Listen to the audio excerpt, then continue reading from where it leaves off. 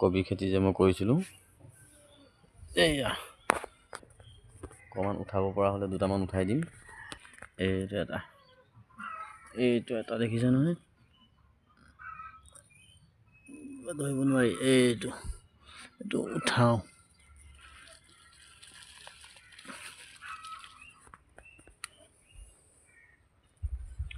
এয়া এটা তাৰপাছত বেছি ডাঙৰ হোৱা নাই, হ'লেও উঠাই দিওঁ। কেইটামান দৰকাৰ হৈছে, বনাবলৈ তেনেকৈ বিশেষ নাই, সেইকাৰণে কবি দুটামানক উঠাই তাত চাওক। এইটো দেখা পাইছে নহয়, এয়া চাওক। এইটো এটা চাওক, এইটো উঠাই দিছোঁ আৰু বেছি নুঠাওঁ, 5-6টামান উঠাম আৰু। এইটো উঠাই দিওঁ, অলপ ডাঙৰ হ'ল আৰু।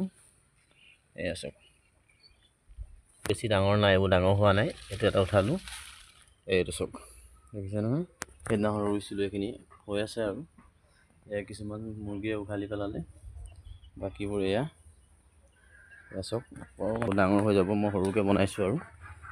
পাত দুটামান ছিগি আছোঁতো, মানে পাতবোৰ পকি গ'ল। পকি যোৱা পাতখিনি মানে ছিগি দিওঁ, তেতিয়াহ'লে বাঢ়িব, নহ'লে বৰ মানে নাবাঢ়ে।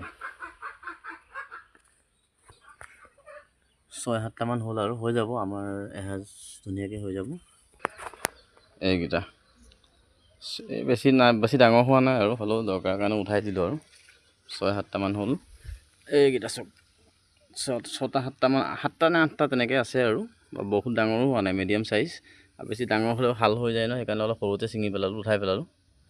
গতিকে ব'লক, আকৌ লগ পাম নেক্সট ভিডিঅ'ত। Bye bye.